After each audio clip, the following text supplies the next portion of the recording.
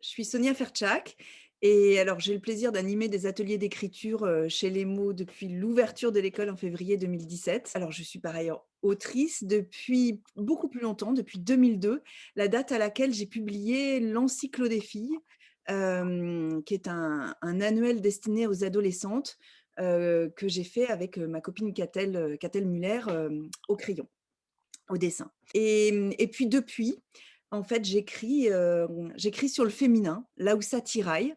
Ce qui est très, très drôle, c'est que je me suis pas rendu compte, j'ai un peu fait, Monsieur Jourdain qui fait de la prose sans le savoir, c'est-à-dire que je me suis pas rendu compte tout de suite de mes obsessions. En fait, ça fait pas si longtemps, en 2016-2017 que j'ai soumis un texte à une éditrice qui m'a dit: «Ah mais j'aime bien, vous écrivez sur les femmes». Je vous jure, je m'en étais jamais rendu compte, alors que j'ai écrit Les femmes sans mère d'Oli, manuel d'autodéfense féministe, 15 ans d'encyclo des filles, et là, tout récemment, La vérité tue, un essai sur Agatha Christie et la famille. Et voilà, et je m'en étais pas rendu compte. Et c'est vrai que d'avoir un retour sur soi, même quand on est auteur professionnel, donc ce que je suis depuis 2002, bah, c'est très appréciable. Et c'est ça qu'on trouve que j'essaye donc de transmettre, à l'école des mots.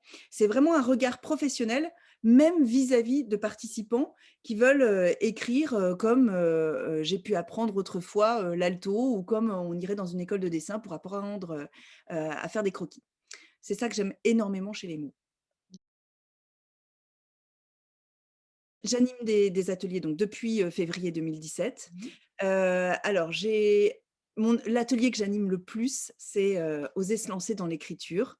Je crois que c'est un classique de l'école, et j'aime énormément cet atelier. C'est vraiment l'idée qu'on essaye d'attraper l'écriture par un bout qui ne soit pas intimidant. L'image que je donne, c'est si vous passez, devant, quand on passe devant la librairie Gallimard et qu'on voit la blanche, on se dit: «Mais je ne pourrai jamais, jamais moi». Et ben, c'est exactement comme de passer, devant chez le pâtissier, d'admirer une pièce montée. Et ben non, c'est comme pour une pièce montée, il y a des recettes, il y a un bout par où attraper l'écriture. On va commencer par travailler la génoise, faire l'appareil, le touiller, puis le mettre à cuire, puis faire des mousses, et cetera. Et ben un roman, c'est un peu pareil. Un texte, un essai, c'est pareil. Donc voilà, l'idée de cet atelier, c'est vraiment d'accepter d'être bienveillant avec soi-même dans l'écriture. Et pour ça, la technique est géniale parce qu'elle supprime le pathos. Donc je vous donne des outils pour relire votre texte, pour essayer de le relire avec le moins de pathos possible. C'est vrai que j'en ai fait plein. J'ai fait, écrire une nouvelle, j'ai animé, les différentes facettes de l'écriture de soi, écrire une lettre d'amour et même s'exprimer. Et puis alors ça, c'était très chouette. J'ai une participante, à Oser se lancer, qui avait fait écrire le corps aussi, et qui m'a dit un jour: «Mais j'ai un problème, c'est que, sous contrainte en atelier, j'ai aucun problème pour écrire, et puis quand j'arrive chez moi, je ne sais pas comment trouver mon sujet». Et donc là, du coup, j'ai développé cet atelier que je fais depuis, 1 an à peu près, qui est trouver son sujet, le cadrer. Et c'est vraiment l'idée, d'abord de prendre conscience de ses obsessions comme, cette éditrice m'avait aidée à le faire. Et puis, avoir foi en ce qu'on écrit. C'est-à-dire que si c'est important pour vous, ça le sera pour votre lecteur. Et voilà, et ça c'est un des trucs que j'aime à l'école, c'est qu'on expérimente tout le temps des nouvelles choses, des nouvelles formules, par mail, en stage. Cette école est vivante, je vous confirme. Alors, ma méthode est la suivante. Déjà, dans le cadre des ateliers, quand on a la chance d'être en présentiel, voire en visio, je travaille beaucoup une chose inouïe, qui est le retour, les images mentales, que les participants à l'atelier se forment en écoutant quelqu'un lire. Dit autrement, quand j'écris un texte, j'ai mes images mentales. Quand vous me lisez, vous allez en avoir d'autres, et elles ne se rencontrent jamais, sauf quand on a la chance d'être illustré, ce qui peut être, vertigineux. Et en atelier, c'est possible. C'est-à-dire que je travaille beaucoup, je dis beaucoup, par exemple, là, le protagoniste, vous l'imaginez comment? À votre avis, il est grand ou il est petit? Il a quel âge? Il a fait des études, il est instruit et vous le pensez téméraire ou au contraire pusillanime? Ce genre de choses. À votre avis, est-ce que c'est la nuit? C'est quelle saison? Il fait plutôt froid? C'est un texte nostalgique, et c'est incroyable de se rendre compte que même quand ça n'est pas écrit, on peut tous avoir la même perception de nostalgie, qu'il fait moche, que, l'héroïne, est pleine d'entrain, voilà, il y a tout le registre dans le langage, tout ce qui fait qu'un texte est chargé et que, sans qu'on s'en aperçoive, on met une certaine énergie qui va procurer un certain ressenti dans le texte et ça se travaille et on en prend conscience en atelier et c'est inouï. Par ailleurs, l'autre aspect de la méthode, sur lequel je suis, intransigeante, c'est le cadre. C'est de prendre conscience, notamment en répondant à la question: «Mais pourquoi j'ai envie d'écrire ce texte et pourquoi j'ai envie de l'écrire comme ça?» de prendre conscience qu'il faut qu'on cadre son sujet, qu'on le cadre temporairement, à la fois, quand est-ce que l'histoire commence et quand est-ce qu'elle se termine, quel temps on va utiliser, est-ce que l'ordre de la fiction est l'ordre du récit, le fameux point de vue, toutes ces choses-là, j'essaye de vous aider à en prendre conscience. C'est un atelier qui m'est venu, notamment après l'écriture des Femmes sans mère Dolly, et puis, quand j'ai vu ce qui se passait dans les ateliers parce que, hem, alors c'est vrai qu'il y a cette chose incroyable que, très, très angoissante d'ailleurs à certains égards et en même temps géniale, quand on écrit, tout ce qu'on veut mettre, on n'y arrive pas et en même temps, on met plein d'autres choses qu'on ne contrôle pas. Et c'est là où alors on fait plus ou moins, selon qu'on on acquiert du métier, mais tout ça, finalement ça touche au corps. Parce que justement quand j'écrivais Les Femmes sans mère Dolly, là où le féminin tiraille, en général, c'est le corps. Le corps, il n'obéit pas aux injonctions, que ce soit celles de la société ou même de notre raison. Et donc là où le corps nous échappe, il nous échappe exactement comme le texte nous échappe. C'est ça qui est génial, qui est absolument formidable en littérature. Et en même temps, on peut quand même un peu le contrôler pour que ça fasse moins peur. Écrire le corps, c'est un petit peu, répondre, à la phrase géniale: «Ce que je ne savais pas, je ne pouvais pas le taire» et on le dit, en fait, on peut le dire avec son corps, comme on peut le dire avec la littérature. C'est un peu c'est la grande idée d'ailleurs de Duras, qui disait: «Bah, j'écris ce que je sais pas et sinon ça serait pas rigolo».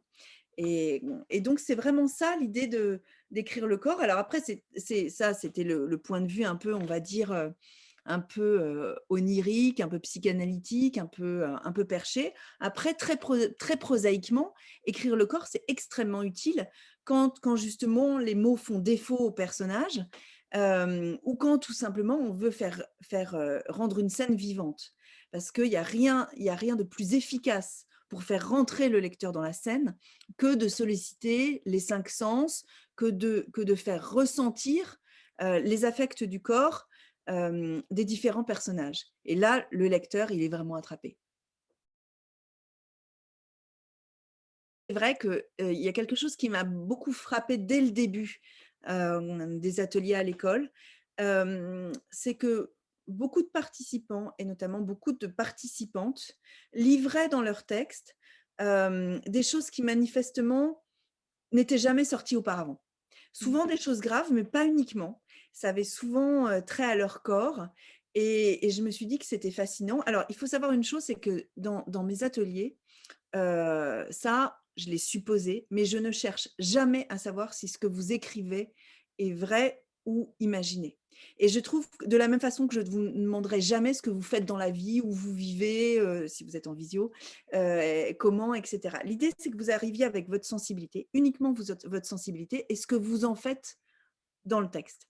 Et donc, je me suis rendu compte qu'il y avait des choses éminemment corporelles qui passaient, des textes, beaucoup de textes chargés et que c'était extrêmement agréable, qu'on avait l'impression d'une nécessité de l'écriture et c'est ça qui m'a amenée en fait à réfléchir à cette thématique du corps et c'est là où je me suis aperçue que moi aussi, pour moi, c'était extrêmement important, que l'écriture du corps a quelque chose de libérateur, pour les auteurs et les autrices et du coup, je me suis dit: «Ça, c'est vraiment intéressant, il faut creuser». Alors, il y en a une que j'adore, en général, elle a des résultats formidables, c'est l'idée, de travailler l'exultation du corps, par les 5 sens justement. et pour ça, je propose de décrire une baignade interdite.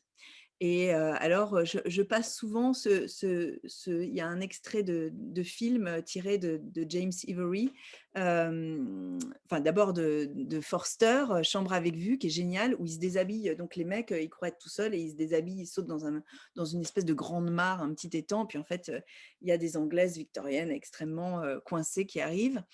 Il y a aussi, comme exemple de baignade interdite, un très beau passage de Petit pays de Gaël Faye, où des jeunes adolescents vont dans une piscine un peu désaffectée et sautent tout nus. Il y a une espèce d'émulation, de rapport de force et alors en fait, après aux participants de raconter leur baignade interdite.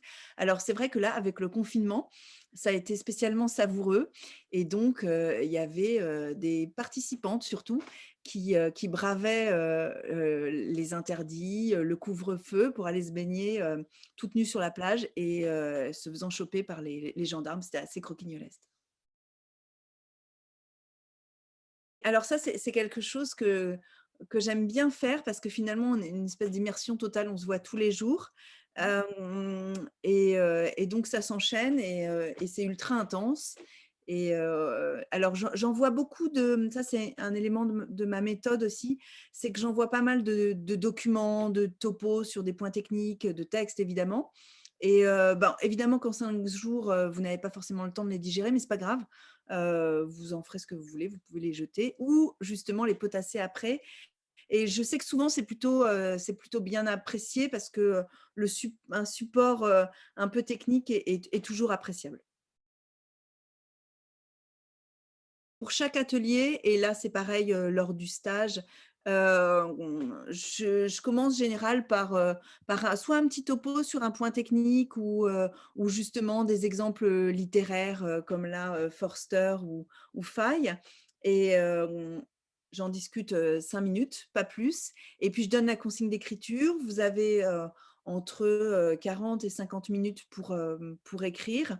Parfois, on fait une série d'exercices plus courts, mais plus rarement. Mais oui, au début du stage. Et donc après, vous écrivez. Et puis, ceux qui veulent lisent. Donc en général, en stage, j'essaye d'être assez intense et de ce que tout le monde lise. On peut passer son tour évidemment. Et c'est là où justement, il y a lors de l'écoute, l'idée, c'est pas de savoir si un texte est réussi ou pas réussi. De toute façon, un atelier, il faut se dire que vous faites des premiers jets et que après vous allez pouvoir le travailler. Mais l'idée, c'est qu'on ait des choses à se dire pour faire comprendre comment s'élabore un processus d'écriture. Et donc, on passe la fin oui, on a le temps en plus pendant les stages, donc la fin des 3 heures à ça.